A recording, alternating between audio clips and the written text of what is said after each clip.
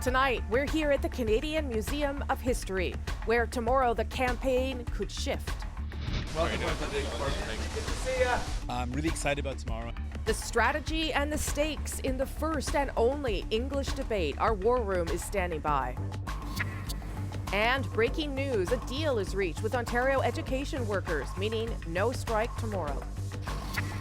The impeachment inquiry deepens. A second whistleblower comes forward against Donald Trump. Just being treated like you're an afterthought. And why airlines are allowed to keep your money even if you don't get the upgrade you paid for. This is The National. We are across the river from Parliament Hill in Gatineau, Quebec, and you're looking at the Canadian Museum of History. And this is where two leaders' debates will take place this week when so much could change in this federal election campaign. And that's why we're here tonight, with poll numbers having barely budged really since the start of the campaign. These debates, especially the English one tomorrow, could prove to be pivotal. Parties have just now 2 weeks left to make their pitches to you and to get their jabs in at their opponents before Election Day, of course, on October 21st. Until then, Sundays have a political focus here at the National. We're going to zero in on the polls, we hear from undecided voters, and we get inside the war room strategies. But we begin tonight with a major development in Ontario with implications for the federal campaign. A tentative deal has now been reached between Ontario's government and education workers who were set to walk off the job tomorrow, closing schools for hundreds of thousands of students. Talia Ricci with the details and the relief tonight. It went down to the wire, but a deal is now done. In the deal we reached, we secured a reinstatement of the Local Priorities Fund. We were able to retain our existing sick leave plan. We were also able to achieve modest wage increases. Just 3 hours before the midnight deadline, first the province, then the union announced a tentative agreement has been reached. CUPE, the union representing the workers, says the new deal secures services for students and improves the working life for 55,000 education workers. That means schools will be open tomorrow. Schools in the province of Ontario will be open right across Ontario, north, south, east, and west, English and French. That is certainly my expectation. A relief for parents who, as late as this afternoon, were scrambling to find childcare. And I am a single mom, so I have no other sources of childcare. My daughter here is in grade 8, and she has special needs, and she's supported by educational assistants. Without educational assistants, custodians, and office administrators, many school boards had planned to shut schools down for safety. Now that a strike is off the table, the question is whether it can be leveraged on the campaign trail. Ontario Premier Doug Ford has come under fire for cuts to education. Conservative leader Andrew Scheer has been avoiding appearances with him for weeks. But Justin Trudeau has been trying to link the two, and today he did it again. Andrew Scheer is keeping his full platform and its costing a secret. You know who else did that? Doug Ford. He kept it secret from Canadians and then turned around and cut health care, cut education. Tomorrow, Trudeau is now scheduled to campaign alongside Ontario teachers. Still, the news tonight must come as a relief for the Conservative campaign and for parents. Talia Ricci, CBC News, Toronto. While all of that could affect voters in Ontario, voters all over will hopefully have eyes on tomorrow's debate right here. I'll be inside as one of the 5 moderators, and there's a lot at stake for the leaders. Katie Simpson takes us party by party through the strategies to come out, what the strategies will be to come out a winner. In the Canadian Museum of History, the stage is being set for a breakthrough. This will likely be the most significant opportunity for party leaders to make a direct connection with Canadians, a crucial moment in this neck-and-neck race. We are a government that has put the first real plan to fight climate change in Canada's history in place, and our primary opponent, Andrew Scheer, has promised that the first thing he would do is tear up that climate plan. For Justin Trudeau, it's all about climate contrast. The Liberal leader drove home that message today, tree planting with his sons. He will argue his plan is better than Conservative leader Andrew Scheer's in an effort to motivate progressives into showing up on Election Day. Scheer spent his day preparing with his inner circle after a difficult French debate last week where the other leaders ganged up on him. Finally getting a chance to meet Justin Trudeau. He sees this as an opportunity for Canadians to get to know him, but he could also face attacks from his former Conservative colleague and now leader of the People's Party of Canada, Maxime Bernier. The NDP leader also needs to raise his profile. A lot of people feel like they're not being heard and that their struggles aren't being seen, and I want to make sure that they know that I see them. Jagmeet Singh has gained some positive momentum recently after exceeding expectations in that same French language debate. But his party sits a distant third, and he needs to win back voters disappointed by Trudeau. Green leader Elizabeth May, the Bloc Québécois Yves-François Blanchet, and Bernier are under less pressure since there's less chance they'll become prime minister, meaning they have more freedom to take chances. There hasn't yet been an issue that's galvanized voters. And with advance polls opening this week, the leaders are running out of time to get Canadians on side. Katie Simpson, CBC News, Gatineau, Quebec. This race has been locked in place for weeks. Pollsters keep asking the same questions. Voters keep having very similar answers. But for the first time since February now, polls show the Liberals ahead of the Conservatives, but just. This is the slightest of movement and the slimmest of leads, making turnout all the more important, particularly for the Liberals. David Cochrane explains why. Justin Trudeau still draws the biggest crowds of this campaign, but they are tiny compared to the massive rallies of 2015 when Trudeau was running as an idea rather than an incumbent. Better is always possible. The poll suggests Trudeau needs to do better. The lead parties are in a statistical tie. The coalition that elected Trudeau dispersed among progressive voters. His path to re-election depends on knitting it back together, and it won't be easy. He also no longer gets to position himself as the fresh, ethical, integral leader that he promised to be. In contrast to Trudeau's events, Andrew Scheer often looks painfully alone, but he's really campaigning with the support of at least 5 million people. Ever since Stephen Harper's breakthrough in 2006, the Conservatives have been able to count on about 5.5 million votes. It's a very motivated vote base that isn't really interested in hearing about new or different policies, but is so irritated and so angry at Justin Trudeau, they would show up to vote not once but 3 times if it was legal for them to do that. The Liberal vote is far more fickle, a roller coaster of shifting support that can't be counted on from one election to the next, making voter turnout the issue on Election Day. The smaller the voting pie, the more that absolutely benefits and is advantageous to the Conservative Party. A larger voting pie means that the Liberals have a fighting chance. The Liberal success in 2015 was driven in large part by a surge in the youth vote. But after buying a pipeline, breaking a promise on electoral reform, and appearing in both blackface and brownface, even the Liberals admit that Trudeau is no longer seen as the inspirational figure who won the last election, making it harder to recreate those winning conditions. David Cochrane, CBC News, Ottawa. Tomorrow's debate here at the Museum of History will be a bit different than years past. Here's what you can expect. The debate will be split into 5 topics, led by one of the 5 moderators, including myself: affordability, environment and energy, Indigenous issues, leadership, and polarization, human rights, and immigration. Each topic will feature a voter question, a follow-up from the moderator, and of course, debating amongst the leaders. All this in front of a live, nonpartisan studio audience. Okay, so what's going on behind closed doors tonight? Man, I'd love to know. As the leaders prepare, where our war panel will try to take us inside debate strategy. That's coming up in about 10 minutes' time.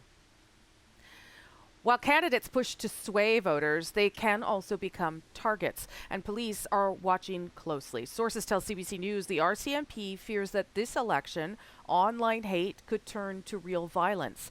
Ashley Burke explains. Quebec candidate Mariam Ishak said she expected some vandalism of her campaign signs, but nothing like this. It's disgusting and it hurts. I think hate exists and we can see it. It's rising. Ishak has also been targeted by online hate, she says, because she's an immigrant. For that, police have offered to protect her. I hope I won't have to get to that point. But CBC News has learned that the RCMP is closely monitoring an increase in volume and intensity of online threats against political leaders. A specialized unit scours social media, chat rooms, and the dark web for threats and where they're coming from, then produces daily reports for those protecting the leaders. So much, guys. The most frequent target, Justin Trudeau. Thank you, everyone. I'm very pissed off with this government. Yellow vest protesters confronted Trudeau at an event more than a week ago. Government sources say the RCMP is concerned about anti-immigration posts. The overall was anti-Muslim. Researcher Anatoly Gruz analyzes political activity in Canada on Twitter. The most troubling ones that were suspended by Twitter over the summer would be making anti-Islamic statements, anti-immigration statements. So if those conversations become polarized, that can spill over to the offline, to the kind of physical world. NDP leader Jagmeet Singh hasn't experienced violence himself, but is acutely aware of how identity is playing in this election. When hate at its end, it can result in death. So it is scary and it is real, and we've got to do our best to tackle it in every element, denouncing it, denouncing policies, and also trying to bring in place economic security for people. No one's been hurt so far, but there have been threats that sent police knocking on people's doors. Police will remain vigilant. The campaign's not over yet. Ashley Burke, CBC News, Ottawa. To Washington now and the impeachment inquiry into the president. News tonight that a second whistleblower has now emerged. And as Paul Hunter tells us, Donald Trump wasted no time attacking his foes with a vengeance this weekend. Now, fearful about his re-election, he's becoming more unhinged. Unhinged, the new ad for Joe Biden urges Americans to think likewise when they think of Donald Trump. Indeed, tonight, word of a second whistleblower with first-hand evidence on the allegation against the president that he sought help from Ukraine's president for dirt on Biden, seemingly for political gain, potentially against U.S. law. To me, this is just like Watergate. That's Democrat Senator Amy Klobuchar today, likening Trump, as she put it, to a paranoid Richard Nixon who sought dirt on his opponents in the 70s before quitting the White House in disgrace. Like Biden, she's vying to challenge Trump in next year's election and says Trump is only slightly different than Nixon. Instead, this guy, he's decided to use his clout with world leaders and try to do it on a global basis. Trump himself spent much of the weekend tweeting, branding Republican Senator Mitt Romney, lately critical of Trump, a, quote, pompous ass, and labeling Democrat Adam Schiff, leading the impeachment inquiry, Lion Shifty Schiff. But it was a tweet by Trump last week, since deleted, that brought ridicule. A clip with Biden, then some doctored images in a video meme with, yes, the Alberta band Nickelback. Photograph. Every time I do it makes me laugh. How did our eyes get so red? And what the hell is on Joey's head? As Saturday Night Live put it. I also want to point out that Nickelback is Canadian, so Trump was still technically using foreigners to go after Joe Biden. On the other hand, sales of the Nickelback song have evidently spiked. Meanwhile, the impeachment process races on, with more witnesses expected this week on Capitol Hill and multiple subpoenas for documents now issued, including from the White House.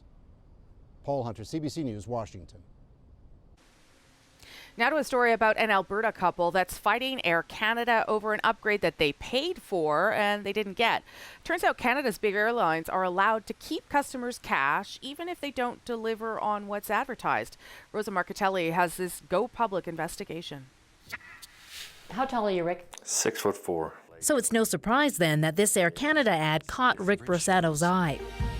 Are 6'4" or 4'6".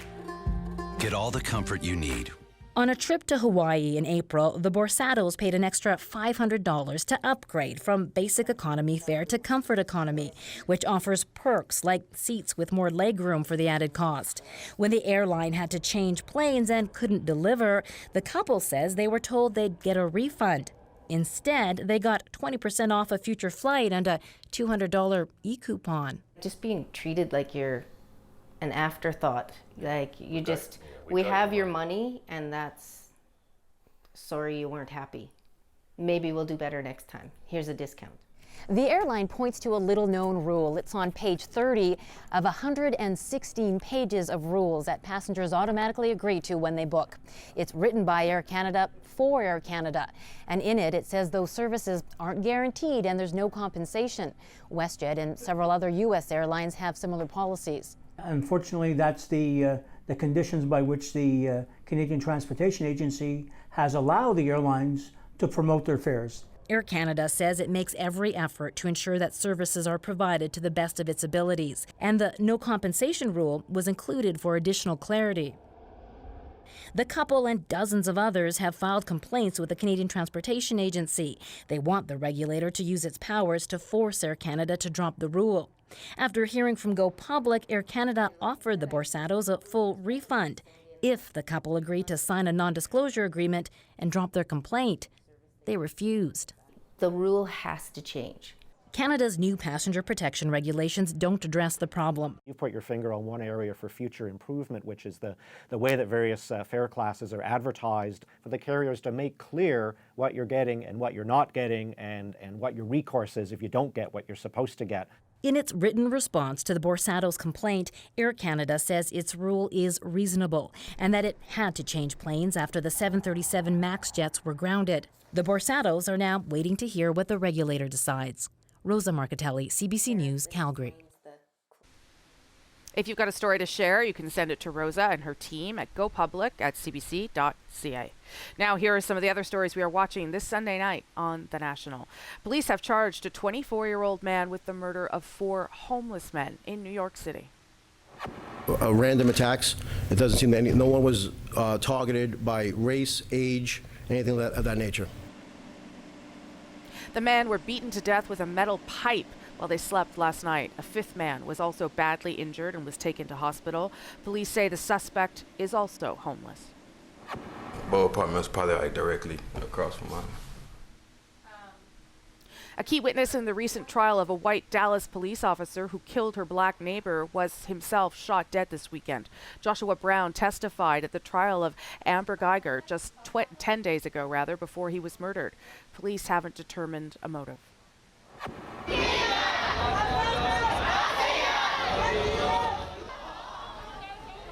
And in Hong Kong today, police made their first arrests under a new law that bans protesters from covering their faces. Anyone protesting while wearing a mask can now get up to a year in jail. But the ban didn't stop people from taking to the streets with covered faces. In my sunshine, I'm not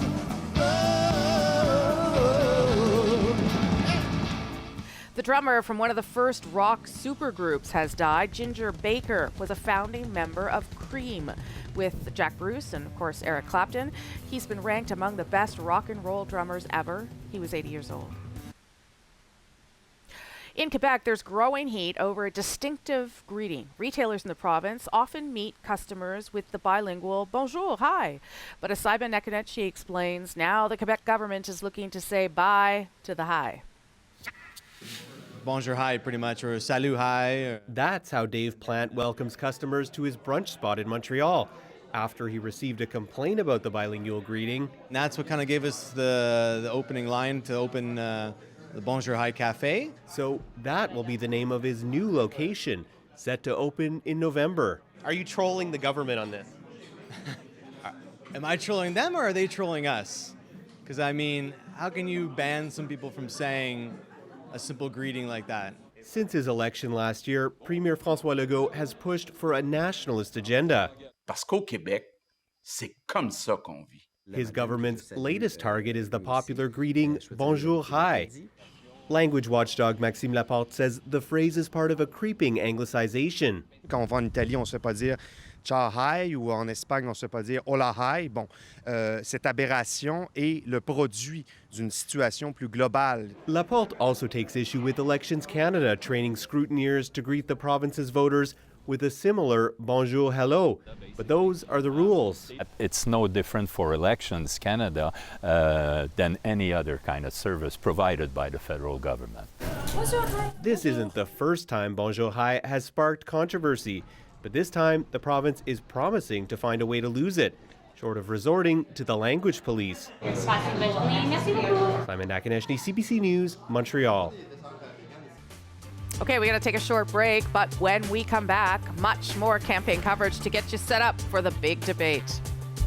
How are the party leaders preparing? Our Sunday political panel is standing by, and we check in with our 6 undecided millennials. Have any of the leaders impressed them so far? Plus, the return of the Bloc Québécois. What you need to know about the party that could hold the balance of power. Coming up.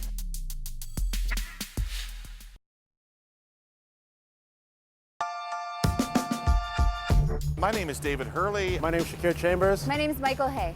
I formerly worked for Harper's Prime Minister's office and for the Ontario government on Doug Ford's election campaign. I ran 2 national campaigns for the Liberal Party under the leadership of Paul Martin. In 2017, I was Jagmeet Singh's leadership campaign director.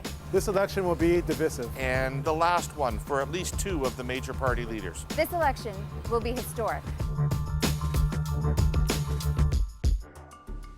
There are now just 2 weeks to go until Election Day, 2 weeks tomorrow, and the stakes are high for all the leaders. Their focus for the days ahead, prepping for not 1, but 2 debates with plenty of firsts. Expect the dynamic to be different. Unlike the Maclean's and TVA French language debate, it's the first chance for all 6 leaders to face off.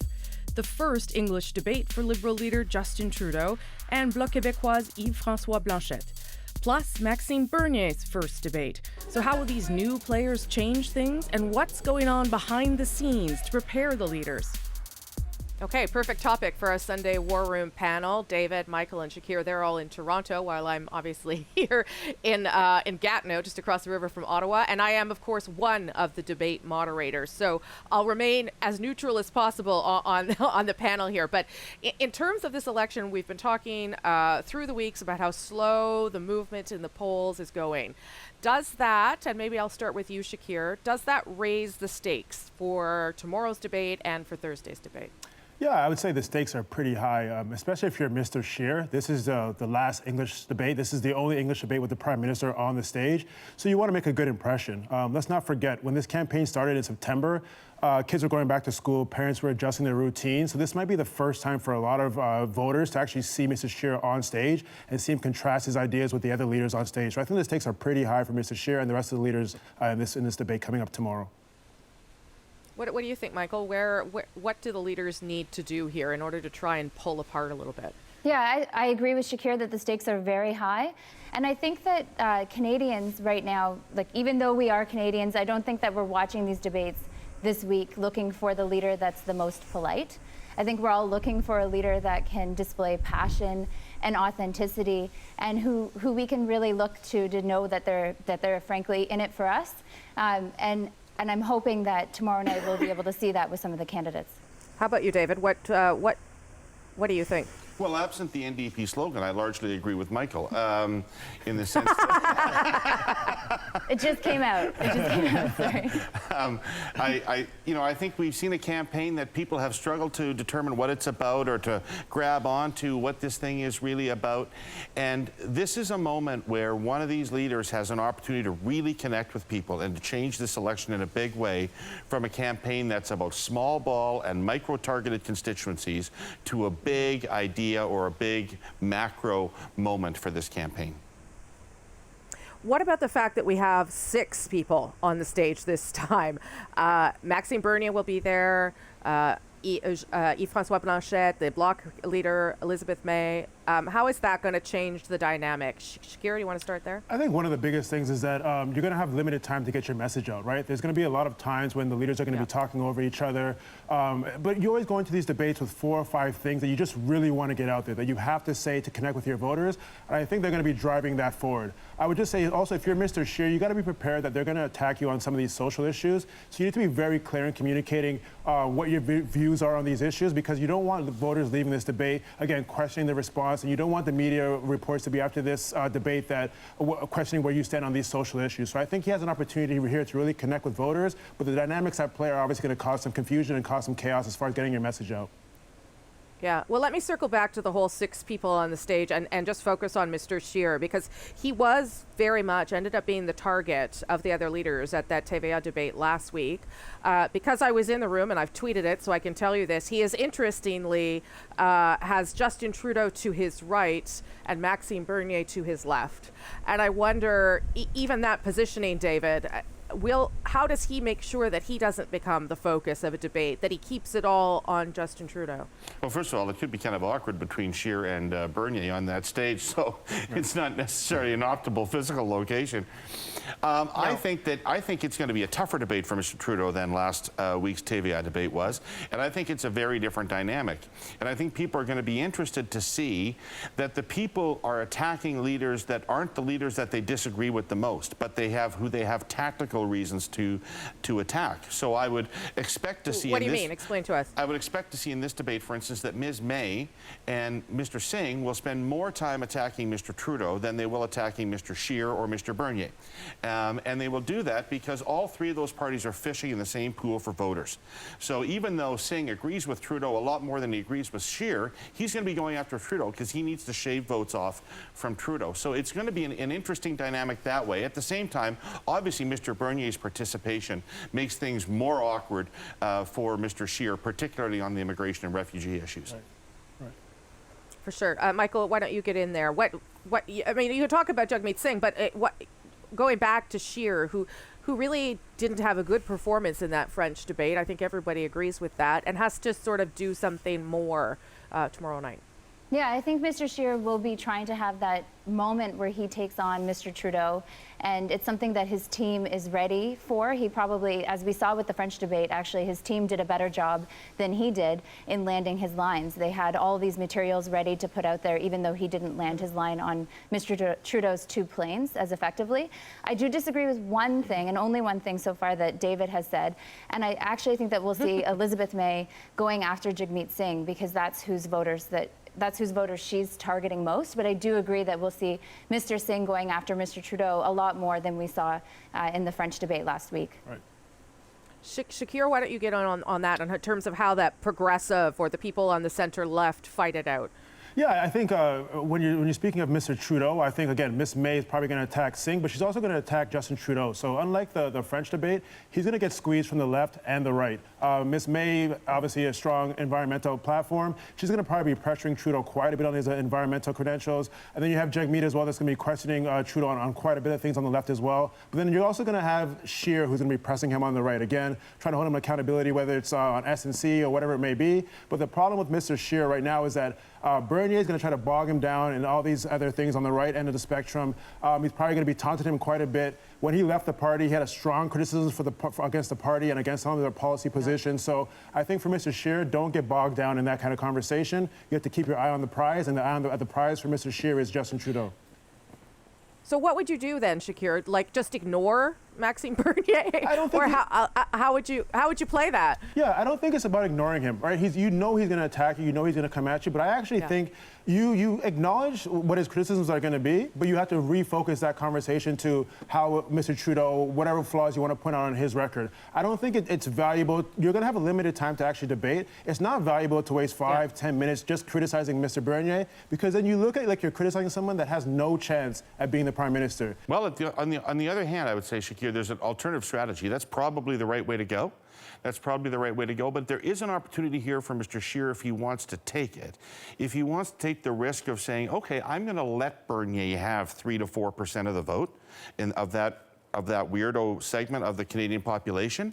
But what I'm going to do is I'm going to use this opportunity to distinguish myself from Mr. Bernier. And I'm going to have a moment with Mr. Bernier where centrist, moderate Canadians see me clearly distinguishing myself from Mr. Bernier. And I think that would be an interesting strategy for Scheer to take. Just to add to that point, sorry. So on David, I agree with that. I think the thing is, it gives Scheer a chance to be more mainstream, right? Because Bernier is going to appear pretty out there, pretty extreme. Yeah. Scheer can be that mainstream kind of conservative candidate.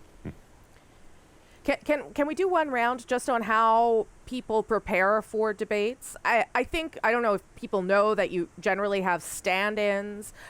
Just give me a sense of how you maybe have prepared leaders or what might be going on behind the scenes. Michael, do you want to start us off there? Sure. So I think a few days before the debate, and probably in many cases weeks before, there's a lot of studying happening. Usually, like if you're the leader of a party or you're the prime minister and you're asked a specific question, you can turn to staff to help you answer your questions, but in a debate setting, you need to know everything. But that needs to be balanced with seeming comfortable and confident and knowing the lines, the political pieces, not just the policy pieces that you need to land. So there's a whole bunch of studying, there's a rehearsal and the mock debates and mock performances that are going on with the campaign. And then there's the team's preparation as well, which is the team getting ready to amplify the message that their leader's putting out there, or maybe defend something where they've gone wrong. And then last, I'd say that on the day of, depending on the leader, it really changes. So I think in Jagmeet's case, he might try to get a workout in the morning and try to be around as many people as possible before he goes into the debate to kind of get his energy up, and then he'll go into the debate setting. In my experience, David, you've done this before. Go ahead. Yeah. In my experience, debate prep starts well before the election happens, because you're only going to have a couple of days in the writ to actually get ready for that specific debate. So you will have been doing this for a long time. I think Michael laid out the process really, really well. The only thing that I would add to that is there's a lot of psychology about managing a leader going into these things. The pressure on these people tomorrow is staggering. Staggering. They all have so much on the line. They will be so nervous tonight. That one little thing that we always did, and I'm sure lots of people do this, is you'll put your leader through many, many really rough mock debates where you show them all the things they're doing wrong. But I bet you the mock debate tonight is going very, very well for all the leaders, because you want your leader going into the debate really feeling good about how they can do in these things. Right. Yeah, you want to leave them confident. Shakir? Absolutely. I don't want to reiterate what the other two have said, because I think that's pretty much the process. What I would say is this particular campaign is that debates take up a lot of resources, right? Especially the leaders' resources. We're probably 2 weeks away from E-Day, so it's going to be difficult to see how the leaders prepare for this, but continue to drive their message to voters in every different riding. Are candidates going to step up, or what's the strategy there to continue to get your message out while the leader's down preparing for debates? Okay, thanks everyone. That gives everybody a really good sense of what's happening behind the scenes, and I'll see you back in Toronto next week, and you can see me at the debate tomorrow. Thanks. Good luck. It'll be great to watch. Thank you. Thanks. Bye. So now that you know what to watch for, here's how to watch. Trudeau, Scheer, Singh, Blanchette, May, and Bernier will face off for 2 commercial-free hours of debate on the issues that matter most to you. For the first time, you can watch in a variety of languages, including French, Cantonese, Mandarin, Arabic, Punjabi, and Italian, and at least 3 indigenous languages. So join us. Tomorrow night, 7 p.m. Eastern on CBC Television, CBC News Network, CBC Gem, and the CBC News app, and all, of course, your social media networks. And of course, right when it's over, you'll want to be back here on the National tomorrow for special post-debate coverage. There is much more election news to come tonight. We are here in Gatineau, so we are taking a look at the campaign in Quebec. The Bloc Québécois has been gaining some serious momentum, and we try to find out why next.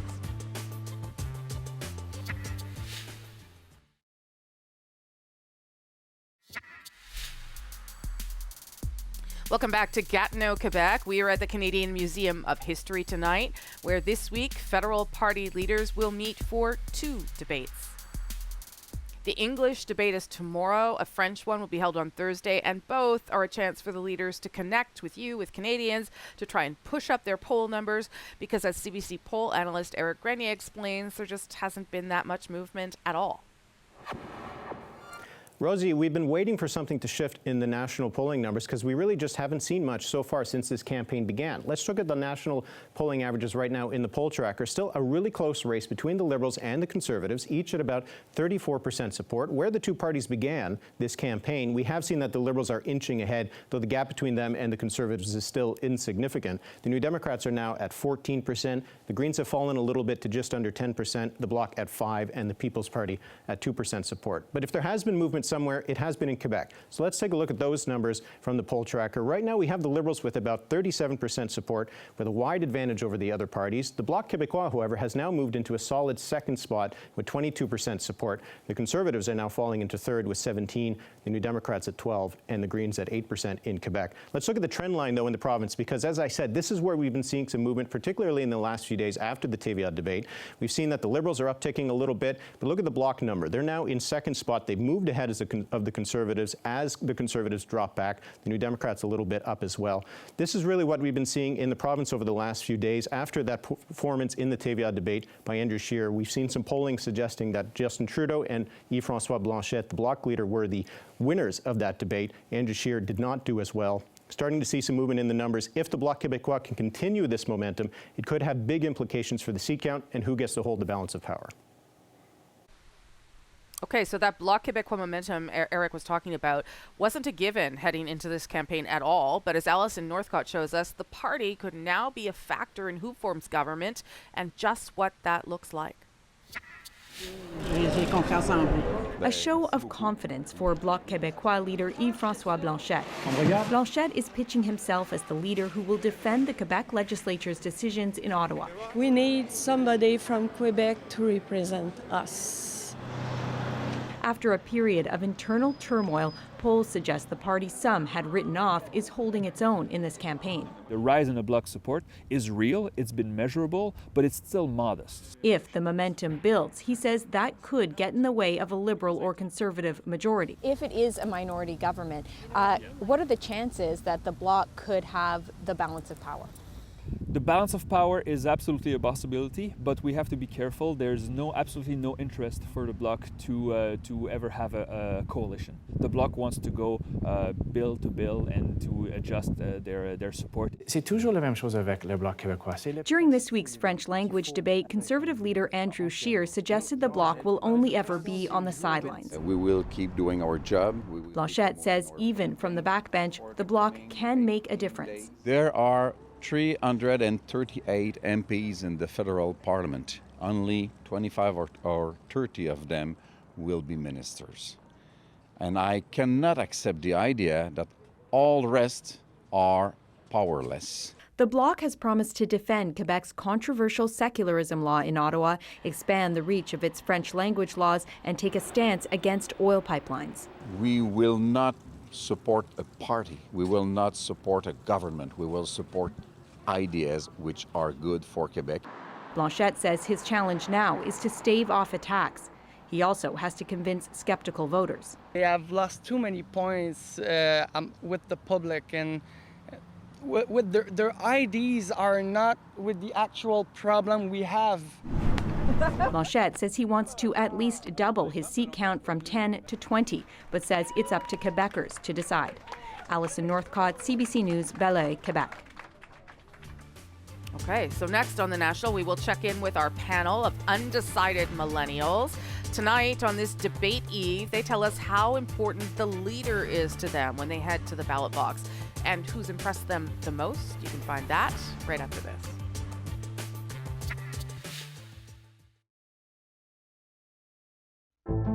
I'm Jamie Poisson, and tomorrow on CBC's daily news podcast, Front Burner. Following Joker's opening weekend, we unpack the debate around the controversial film and take a deep dive into the iconic Batman supervillain. Subscribe wherever you get your podcasts. So there's one group whose sheer size and diversity are a major factor in this election. Millennials make up the single largest block of eligible voters, and their ballots could sway the final outcome. So these six are undecided, and we've been following them throughout the campaign as they try to make up their minds and inch along. And this week they tell us what they want in a leader. Well, we're halfway through the election campaign.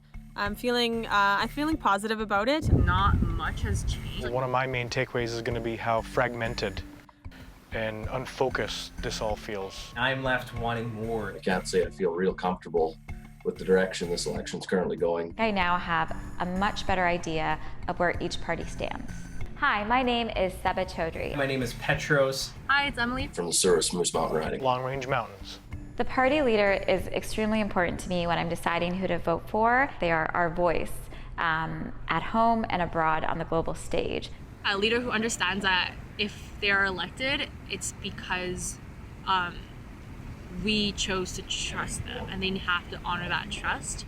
I personally don't vote for parties or party leaders. I vote for candidates. I want to hear what my candidate thinks and what they want to say and what they plan to do about our concerns.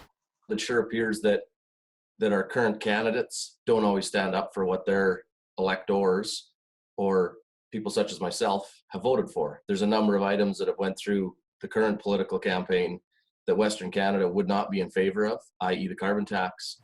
There's two variables in this equation. It's the local candidate and how strong they are, but also the leader and the vision that they're putting forward as well. I want to be represented in a professional and respectable way. Qualities I look for in a leader are creativity, passion, accountability, and integrity. Someone who is principled, who embodies the values of what it is to be Canadian. We can have all the greatest policies put out on the table. If we have a leader that's unable to bring them to life, then all of those mean nothing. If there's a leader who's been strategic in making sure that their candidates reflects the full diversity of Canada, the NDP has been doing a fantastic job at that, and Jagmeet Singh should be commended. He is the first visible minority party leader that we've ever seen in Canada. This is huge. It's historic. As a woman of color, I'm extremely proud to see it and to be a part of this chapter of our history. I've been really impressed by the approachability and openness of Mr. Singh at this point, and really surprised at how many times Mr. Scheer has become a deer in the headlights on his talking points. The only leader that I have been impressed with has been Andrew Scheer. He seems to be very honest and he's very professional. I wouldn't say that anyone is a real standout to me. Mr. Trudeau has had a couple of rough instances over the last 2 to 3 weeks that shows that he's maybe not quite there on the point of leadership. Elizabeth May, the face-to-face segments that I've watched so far this week, she gives off the impression that she's, first of all, very genuine, and that, again, it's not about her own personal interest. On Monday, I definitely plan on tuning in to the official debate. I'll be watching the debates, if only to see where the Liberal Party feels it now sits publicly on the Indigenous issues. I want to see what everyone has to say when their platforms are challenged. And how they respond to the hard-hitting questions. And really say how they're going to turn our economy around. And presenting their different pictures for how we're going to have a more just, a more equitable, and a more progressive and prosperous Canada. Well, now I feel a lot of pressure knowing they're all going to watch tomorrow. Next on The National, our moment in which a mistaken Google search led to a good deed and some random acts of pizza.